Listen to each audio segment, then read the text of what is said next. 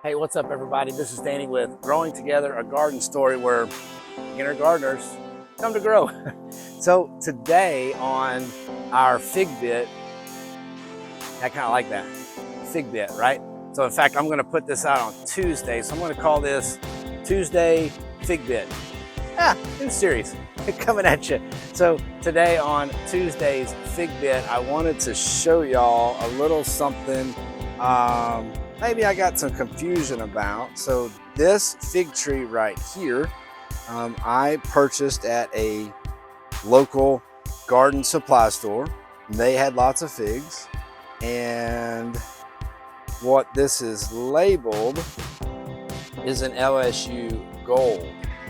Hopefully you can see that label, but I don't think I have an LSU Gold here. So y'all tell me.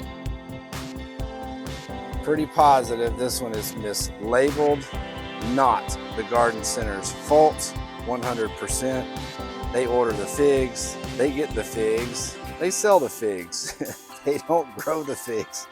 So I do believe this one was mistakenly mislabeled as an LSU Gold. If you have any idea what this fig tree might be, I would greatly appreciate some help in the comments as to what I'm looking at with this fig tree.